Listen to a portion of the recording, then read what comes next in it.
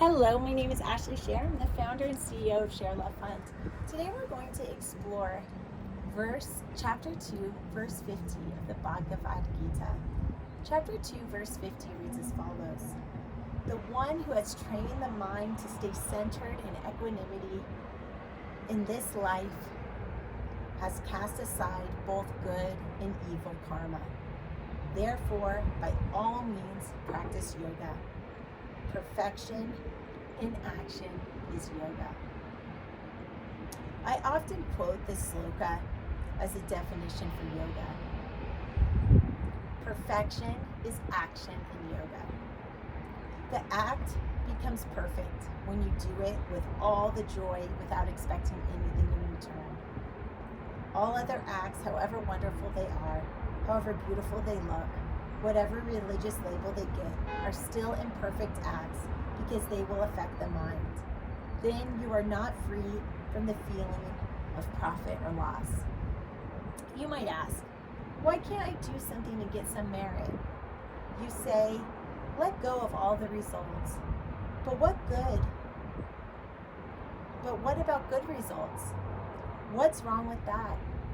Krishna's reply is that whether they are good or bad, they are going to blind you, because the cause of birth and death is karma, actions and reactions, both good and bad. If you ask, how about the good acts? It's like a bird saying, take away the sturdy steel cage, give me a nice golden one. It looks prettier, but in the end, it is still a cage. You are born as a result of meritorious deeds, also the fruits of which you want to taste. That is the idea in the religious context of the Gita. How you interpret this of what you're born or how you're born is completely up to you. At Share Love Fund, we're not here to teach religion. We're here to review ancient texts as a way to stimulate your own critical thinking, your own ideas, and how you interpret that is your own very cool, unique, individual experience. It is better to renounce all the fruits of your actions. But of course, that is not easy to renounce both good and bad to begin with. Therefore, we sometimes suggest, instead of bad acts, do good, at least for the sake of merit. But whatever is good or bad affects you in some way and brings birth and death. That's why at a certain point you're advised to renounce both.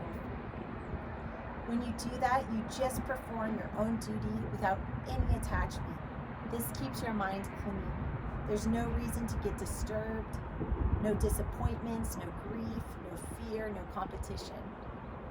Now we come to the most important, often quoted section of the second chapter, the description of an enlightened person. Arjuna says, you seem to be talking a lot about yoga in the theory and practice. Are there people who have achieved this goal, who act with this realization underneath everything they do, whom you would call enlightened people? Are there people whose minds are always steady and tranquil, who perform actions in this way? And if so, let me hear about them. May the light in me be the light in you. Have a blessed day. Namaste.